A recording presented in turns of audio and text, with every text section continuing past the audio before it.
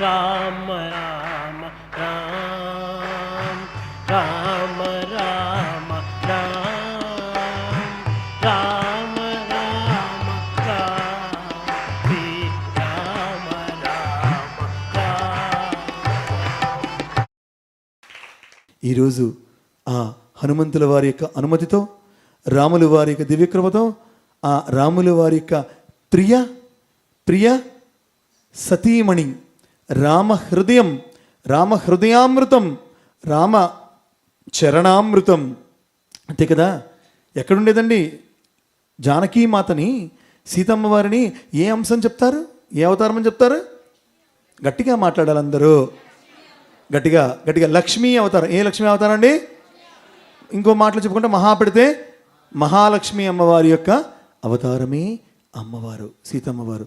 సీతమ్మ మాయమ్మ శ్రీరాముడు మాకు తండ్రి. ఎవరన్నారు? ఎవరు పాడారు ఈ పాట? త్యాగయ్య పాడాడు. ఎంతటి అద్భుతమైనటువంటి ఆ వెలుగుందేటువంటి ఆ భక్తులు త్యాగరాజు, పోతన. మనం రేపు చెప్పుకోబోయేది అదే. అంటే రామభక్తిలో తరించినటువంటి భక్తుల యొక్క చరిత్రలు రేపు చెప్పుకుంటాం. కనుక ఈరోజు అమ్మవారికి తత్వాన్ని చక్కగా గుర్తిరగదాం. ఆ తల్లికి మనందరం కూడా ఒక్కమారు జై బోలో జానకి మాతాకి. జానకి అసలు ఎవరు ఈ మహాలక్ష్మి? ఎక్కడుండేది? వైకుంఠపతి సాయి హరే. ఆ వైకుంఠపతి అయినటువంటి ఆ నారాయణుడి యొక్క ఎక్కడ ఉండేది? చరణాశ్రితం. ఎక్కడండి? చరణాశ్రితం. శ్రీలక్ష్మీదేవి ఆ చరణాల చెంతే ఉండేది. తెలుసు కదా, ఎన్నో విధాలైనటువంటి బాధలు పడుతుండే భూలోకవాసులు రావణ కుంభకర్ణుల వల్ల ఎంతో ఇబ్బందులు పడుతూ ఉంటే వారిద్దరూ ఒక మాట అనుకొని ముందుగా స్కిట్ని రచించుకొని కిందకు వచ్చారు. ఇది ఖచ్చితమైన మాట.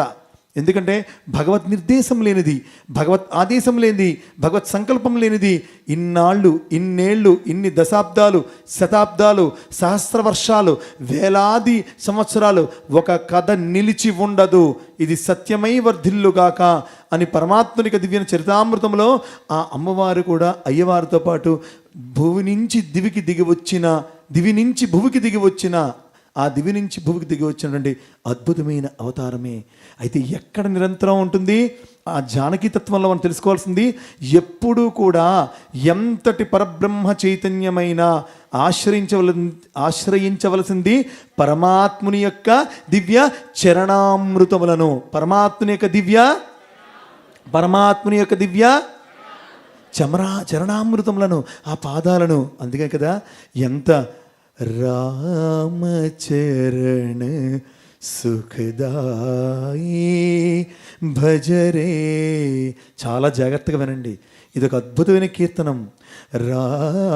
రామచరణ సుఖదాయి భజరే. రామచరణాలు సుఖదాయకం కాబట్టి ఏం చేయాలి? మనసా భజించు. మనసా ఏం చేయాలి? రామచరణ సుఖదాయి భజోరే. రామచరణమే అన్నిటికన్నా సుఖం. మనం అనుకుంటాం ఈ ఏసీ సుఖము, ఆ సినిమా చూస్తే సుఖము, ఏసీ కారులో వెళ్తే సుఖము, ఫ్లైట్లో జర్నీ చేస్తే సుఖము, ఇవన్నీ కూడా భౌతికమైన సుఖాలు.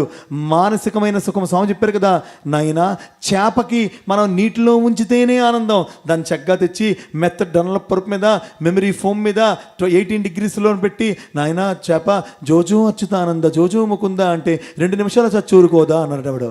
అలాగా అది కాదు. అది ఉండాల్సిన స్వస్థానం ఎక్కడా? నీటిలోనే. అది మన స్వస్థానం ఎక్కడా? సత్యసాయి దివిజ.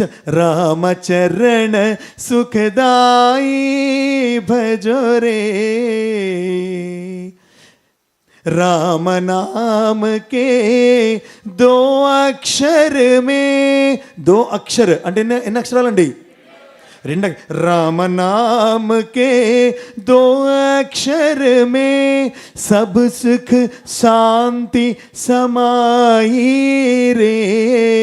ఒరే రే రే వినరా, ఎక్కడో ఉందేమో నీ మనస్సు. రే రే అని అంటే అర్థం ఏంటి హిందీలో? ఒరే వినరా అని డైరెక్ట్గా చెప్తున్నాడు.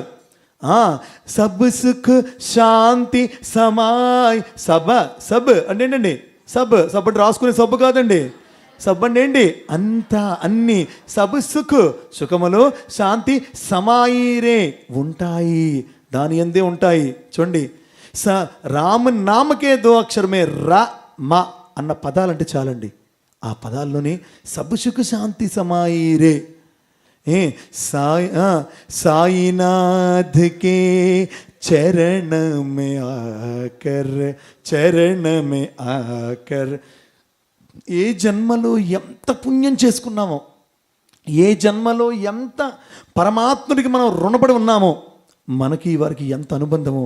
వారు షిరిడీనాథుడు చెప్పినట్లుగా పిచ్చిక ఎక్కడ ఎగిరినా దారం, దాని కాలికి దారం కడితే లాగితే చక్కగా మన చేతికి ఎట్లా చిక్కుతుందో, నువ్వు ఎంత దూరంలో ఉన్నా, ఎన్ని జన్మల దూరంలో ఉన్నా, నా భక్తిలోకి నువ్వు అనుకునే సాయి భక్తి వల్ల రాలేదు, సాయి శక్తి వల్ల నేను తెచ్చాను. స్వామి చెప్పండి గట్టిగా, మన స్వామికి కృతజ్ఞతలు తెలియజేయాలి.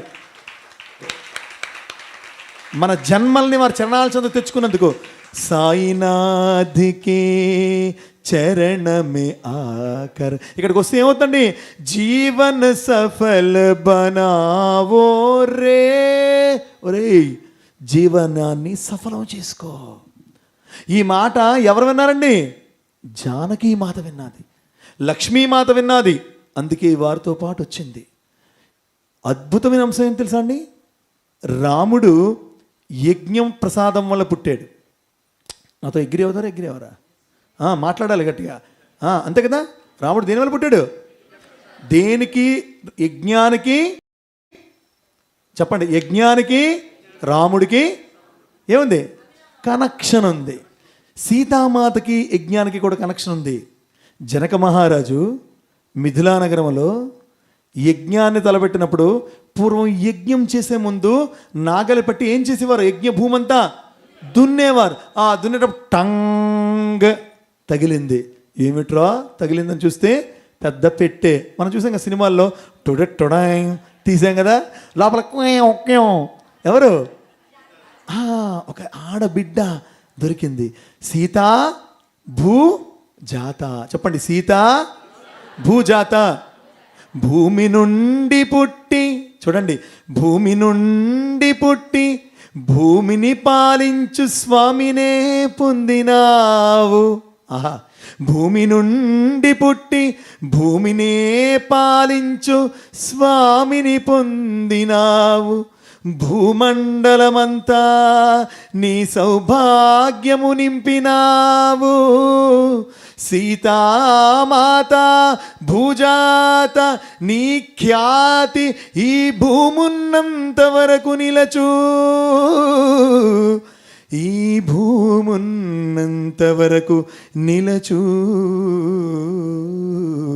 ఆ అమ్మవారి పాదాలకి ఒక్కసారి నమస్కారం చేసుకోవాలి. మహాతల్లి సాధ్వీమణి, అమ్మా నీవు ఆ వైకుంఠాన్ని విడిచిపెట్టి మహావిష్ణువు కోసం పరిగెట్టి వచ్చావా అంటే, ఇక్కడ యజ్ఞ ఫలముగా రామచంద్రమూర్తి జన్మిస్తే, అక్కడ యజ్ఞ ఆరంభానికి ముందే యజ్ఞ ప్రసాదముగా సీతమ్మ వారు జన్మించారు. అంటే ఇద్దరికి కూడా అగ్నిదేవునితో ఒక ఏముంది? అటాచ్మెంట్ ఉంది. ఎవరితో అటాచ్మెంట్ ఉందండి? చెప్పండి, అగ్ని గాయత్రి చెప్పండి. ఓం వైశ్వానరాయ విద్మహే లాలీలాయ ధీమహి తన్నో అగ్ని ప్రచోదయాత్. అటువంటి అద్భుతమైనటువంటి సీతామాత చక్కగా పెరిగింది, పెద్దయింది, రూప లావణ్య సౌజన్య గుణవంతురాలయ్యింది.